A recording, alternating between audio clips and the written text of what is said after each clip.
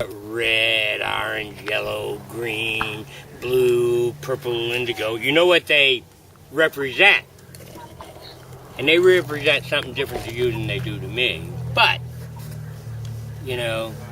see, it's the color representation. That's why you want to use this deck. That's why you want to use the top deck.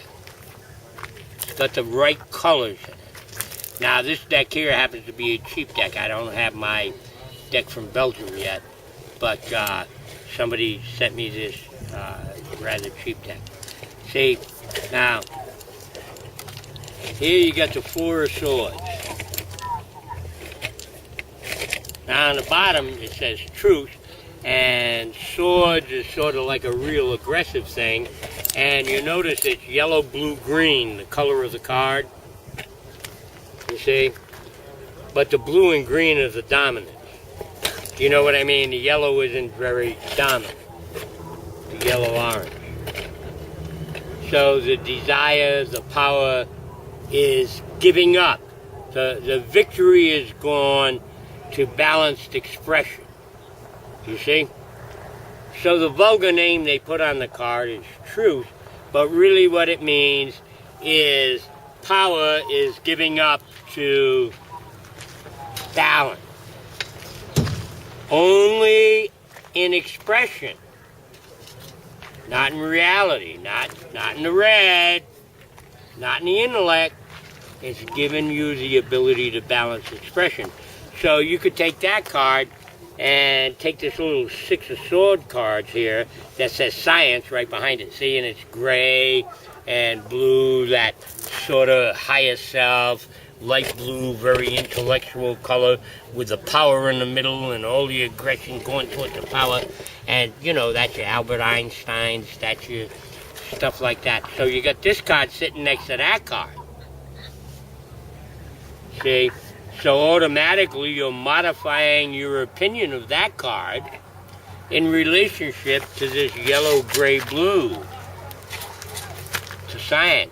So it's an opportunity to express something. So you're reading for somebody.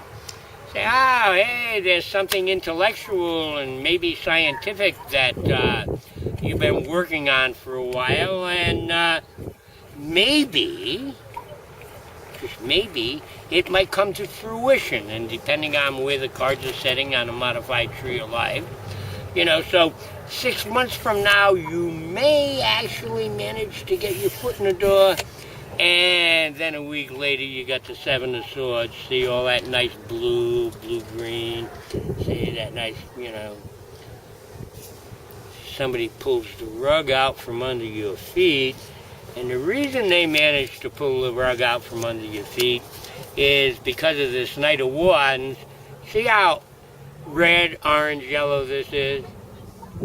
Some aggressive son of a bitch has got the right connections. Even though you got the right answer, he manages to kick you in the ass. So if we want to solve this problem, then we need that, right?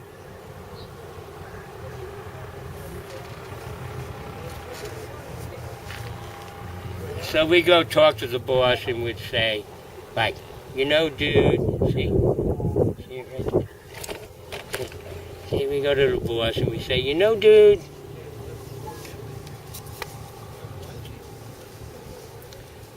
don't really want to call this guy an asshole, but he lied to you, and I would like you to review the circumstance. You see, now I'm just taking these cards out. I don't know what they are. I'm pulling them out, and I'm dealing with you. See, and we go like, oh my God, you'll probably achieve justice. Do you see what I mean? Now, this card might have been the Tower. You might have lost the fight, but that's when you're dealing with it, you got to deal with it from the concept. You got the color. Remember the color. Swords, very active, very aggressive. They're a weapon. Wands are capably a weapon, but they're more of a business thing. Cups, emotion. And disc, you know, they're just money. And then you can always run into this gal here, see? You can always run into her. That strength. Yum. Did you say yum? Is that what he said? You know, we're recording this for prosperity.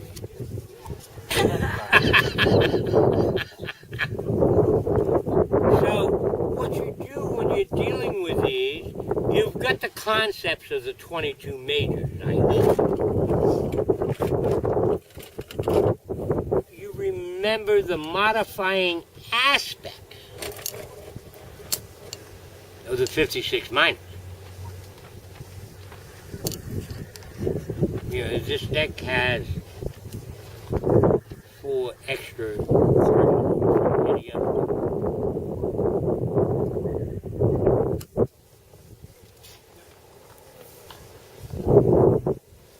Doesn't go Jack, Queen, King. It goes Jack, Jacka, Queen, King. Do you understand what I'm saying? This deck allows a feminine concept, which really enhances your ability, because what's the difference between the Prince of Swords and the Princess of Swords? Well, it depends what it's sitting next to. Either some really nice woman is going to come to your defense and save your job, or some asshole is going to bone you in the butt. See, that's the difference between the prince and the princess. It sort of makes the defined aspect between the masculine and feminine, active, passive, chakmabina. It makes it a little easier for you to interpret. You see? Makes it a little easier. So then, when you start actually dealing with the cards, you know, and you're sitting there and you're playing with the cards, the first thing to recognize is one must never attempt anything without 7 of something. I mean, whatever you want to do, but you will play with the cards 7 times in the process of beginning, while you're explaining to them about various chakras and power centers and how the spirit body is set up and stuff. I mean, while you're explaining it, you're playing with the cards, you always do it 7 times. And while you're doing it, you start with red. You're doing a red. I've done it 7 times. And then you're doing an orange, you see, and then a yellow, and then a green. And then you're actually thinking that while you're doing it. And you come up with the significators. Oh, here. Oh, I got her upside down. After 7 fucking shuffles. Now, if you get as good as me, which I believe you're capable of, you'll tell people at the beginning what cards are going to come up. You might even let them do it 7 times. You see? That's how it works. The color is important. You take this 2 of Cups. Why is there 3 fountains there? Why is that? See, the people miss the fish thing on top. But see, you know, you got a nice yellow, orange, blue there, right? You know, you got a nice yellow, orange, blue. It's a desire to learn something. Just says love on the bottom. That don't mean anything. The card represents yellow, orange, blue. The card represents a desire to understand and express something that you do not have. So you're sitting there and you're reading for somebody and you're yabba, yabba, yabba, yabba, and this card shows up and next to it is the Empress. You know, that And then down below it a little bit, you come up with that Six of Swords, that science card, and you go like, and you're capable of doing something to help a whole lot of people, and if you don't stop being frightened, you're sinning. You're sinning. You're sinning. Because you were put here by God to help these people, and you're afraid for one reason or another to take responsibility. Now it's my job to tell you that you're sinning. You're in trouble. You're supposed to be out there helping folks. Nobody gets mad at that. It's a real nice way to give them hell. You know what I'm saying? Get it? But that's what you have. It's all rhetoric. You got to explain it so they understand it. Your job, if you're really going to do this, is to allow them to be emotionally and physically more balanced when they leave your space. That's your job. That's how it works. See, that's your job. If you do it the other way, we turn you into frogs. Okay, ask questions. No, that's what this is. This is all about the tarot thing. This is all about helping you get that together so you can do the best you can. Oh, the layout. Okay, you know what a tree of life looks like, right? It's 2 here, 1 there, 1 there, 1 there, 1 there, and 4 down the side. Yeah. Okay? So keep that in your mind. You add 1 more in the middle. See, you got the significator, the cross. You put the solution in the middle. And instead of 1, 1, 1, 1, you go 2, 2, 2, 2. And then on the side where the 4 are, just to the side of the 4 are 3 more, tying each pair together. Now remember, you will have shuffled 7 times. You've got the 10 of Swords, which means that you got the 10 of Swords right there, and it's crossed by the 6th arcana, the love. All right? Okay, now the 10 of Swords, which is a significator, means that you seem to enjoy having a hard time. You see? Now the 6th arcana, that sort of means balanced and whatnot, and so your only problem is achieving the cross. But see, then the 3rd card, which is the outcome, oh my God, look at that. We got the 14th arcana, the Wicked Witch of the East. Where's it at? There. See? See? So your way out of that is by being true to yourself and actively pursuing your spiritual side. And we get the Knight of Swords and then the Queen of Wands, and it basically says you could make as much money doing that as you can what you're doing now. And then you got the Fool, and then that goddamn 2 of disc, which means, you're going to have the balls to jump off the fucking cliff before the first of the year. And then, we get the 8 of Swords, which totally interferes with a peaceful solution because there's a couple of things you're doing wrong and may get in trouble for. But that's almost 8 months away. By then the vigilante drop, and you got the Knight of Wands and the Prince of Cups, and there's this minor conflict that takes place in your space, and then you get the 6 of Wands and you win, and then you make money, and then you get disappointed because Philippa develops a rather serious medical condition that it causes a rather flighty problem, but all works out well in the end, and boom, okay? See, that's a quick synopsis. It usually take me an hour and a half to do that. What's the significance of the 3, 2, and 1? It's completely different. That spread there is a 6-card spread that it is designed to give you a very, very short-term influence. If I had anyone's, I would relate them to the work ethic.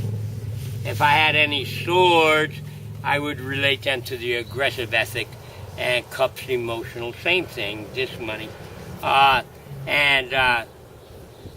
the daily oomph is a very, very broad thing. I'm not looking at anybody's aura. There's 7 billion people on the planet. It's a little different. But you could do that as a quick streak to someone. Absolutely. If you allow yourself to continue to develop, all you have to do is ask them to cut the cards. And when they go to put the pile down, say, no, just show me the card. And all you need is that one card.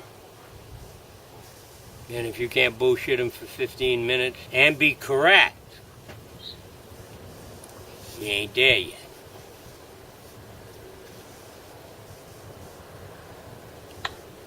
The cards are a mnemonic device to allow your client something to believe in. The energy comes from you. It has nothing to do with the crystal ball. I mean, you just sit there and spit it out. And learning to trust yourself is a big movie. I mean, most humans, by the time your age, have lied so much that it's impossible to stop because they're afraid to tell their partner about this or that or whatever. It's a hard spot. It's a hard spot.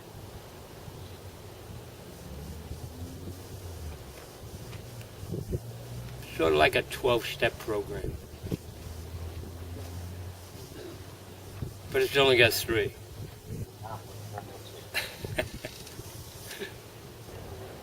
Yeah, so I'm Carl and I'm the hermitic. And that's Philippa, and she's a hermetic. Yes. And hermetics believe in nothing. Hermetics opines that belief is the death of intellect. Belief is the death of intellect. As soon as you develop tunnel vision about any one thing, it is not worth arguing with you anymore. You see, so No, you are a hermetic. And no dogma. oh, we have dogma. We have dogma. But we say we don't. We have dogma. We say, if you enter my space creating energy other than I wish, I have the right to change your energy. How's that for dogma? Yeah, that's pretty related to dogma. That's dogma. But if you were going to do 15-minute clips, I would strongly suggest a box more than a triangle. If you understand 3, 3, 3, a box, where you got a middle point, you know, where the middle one in the second line gets crossed by every other card, where you got a middle point to give you a defined opinion, and then you tie fire, air, earth, and water into it. You see? And then you've got the 2 modifiers, active and passive, on the chakra and binopole halfway down that second card on both poles, gives you an active-passive polarity in order to be able to real rapidly, knock down 15 minutes of bullshit that couldn't possibly be wrong.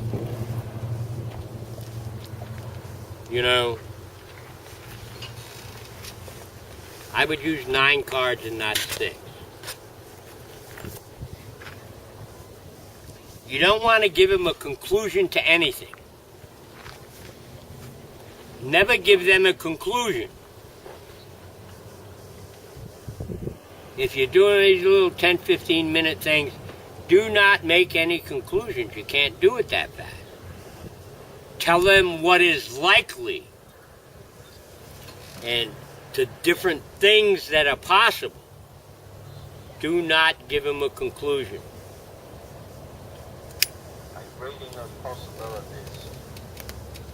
A myriad of them. For the 9 cards, what would be the central top and bottom card? The same as the left and right. You've got the active and passive, and then you got Kether and materialism. You got the spiritual on top and hardcore, greedy son of a bitch on the bottom. So if the top card was like the 2 of Cups, and the bottom card was like the Tower, you could legitimately tell them that their greed seriously interferes with their spiritual potential. I mean, you could tell them that.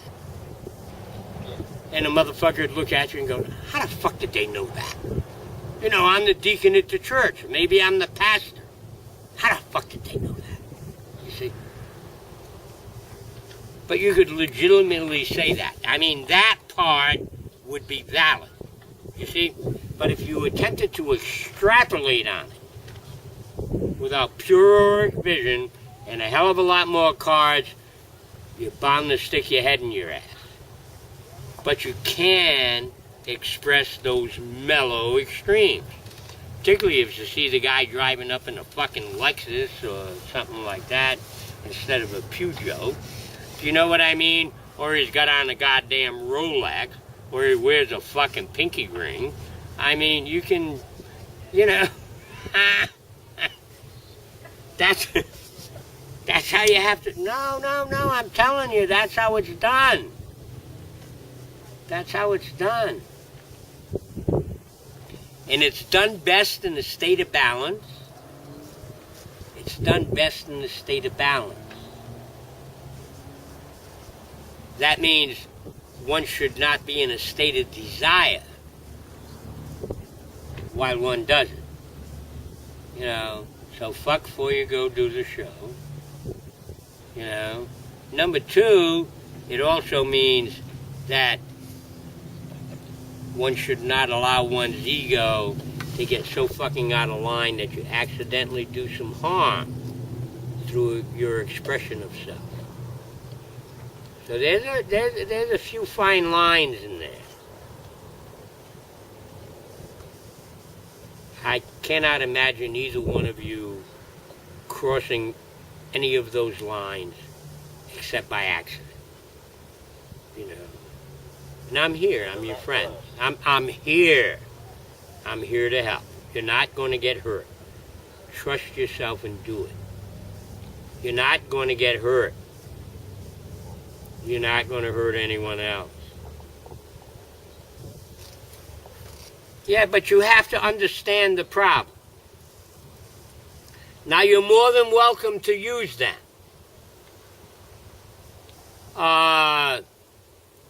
Your color significance is so limited, we're only using that green, yellow, gray. It's so limited. The color confluence, the chakra, power center influences of those cards are very, very weak. So that's the magician.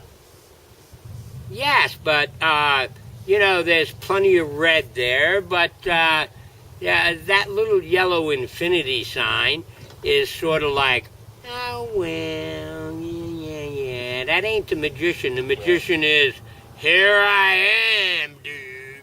That's the magician. Do you understand? No, you can use them. Use the colors the same way. You'll get messed up a little bit on the yellows and purples, but not too bad. I mean, it won't hurt you. Okay. So that's better than the right deck. No! No, the Rider deck, the colors on that is intricate, but the colors are much more accurate. Okay. Is that what I used to get? When there's blue in there, it's, fifth chalk. When there's purple in there, it's sixth. When there's yellow, see, but what they do when they made them cards, they didn't give you a lot of ability, just like the Marseille deck. They didn't give you a lot of ability. What they did is they geometrically specified the colors, and you may be sitting there looking at a guy, and the colors may be extremely feminine, and you don't want to call him a faggot yet. You know what I mean? Just because he has a lot of feminine influence in his consciousness does not make him gay. You see, look at Lamont. Look at the Fool in the Rider deck. The Fool is not gay. The Fool's not gay either. I mean, the Fool's not gay either. The Fool's not heterosexual. The Fool's not... The Fool's the Fool. The Fool's the ego. It's neither masculine or feminine, and it floats all over the place and goes crazy from the fucking day you're born till the day you die. You see? You take the Fool in the top deck, as represented accurately from the Cougina pyramid in Egypt, and you got a son of a bitch going, well, I can do better than this, and I'm not sure how to do it, and working on it. See? Two different concepts. Oh, I don't know, maybe it helps suck a dick. What the fuck? He sucks a dick. Do you know what I'm saying? I mean, it's like, the Fool is the true seeker. The Fool is the true journeyman, the true traveler, the true, it's nothing about herdo, homo, capitalist, socialist, communist. There's none of that. The Fool is like finding out. You see, it's a completely different concept there. Now, that's why it was so hard to deal with using the cards correctly. That's why most readers average like 4 or 5% accuracy. Because they learned it from a little book. You have to understand the concepts. And you have to allow the minor cards to move the concept. It's like the Hierophant. I mean, or the Pope. It's like,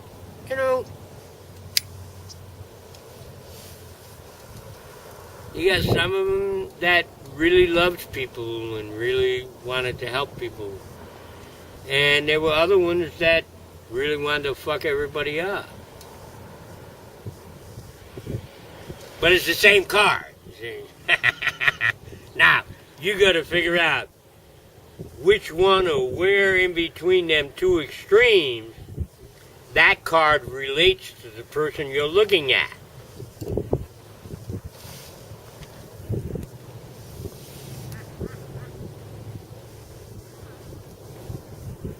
Did you understand? It's going to depend on what's next to it, I guess, the modifying card. I didn't catch it. How you interpret would depend on the modifying cards that are decided. What you interpret must under all circumstances, 100% of the time, represent what you're actually feeling from that person. You are not allowed to judge. Judge not. Judge not, that you be not judged. You're reading their cards. They're their cards. You're telling them, you're interpreting them for them in a way no one but you could do.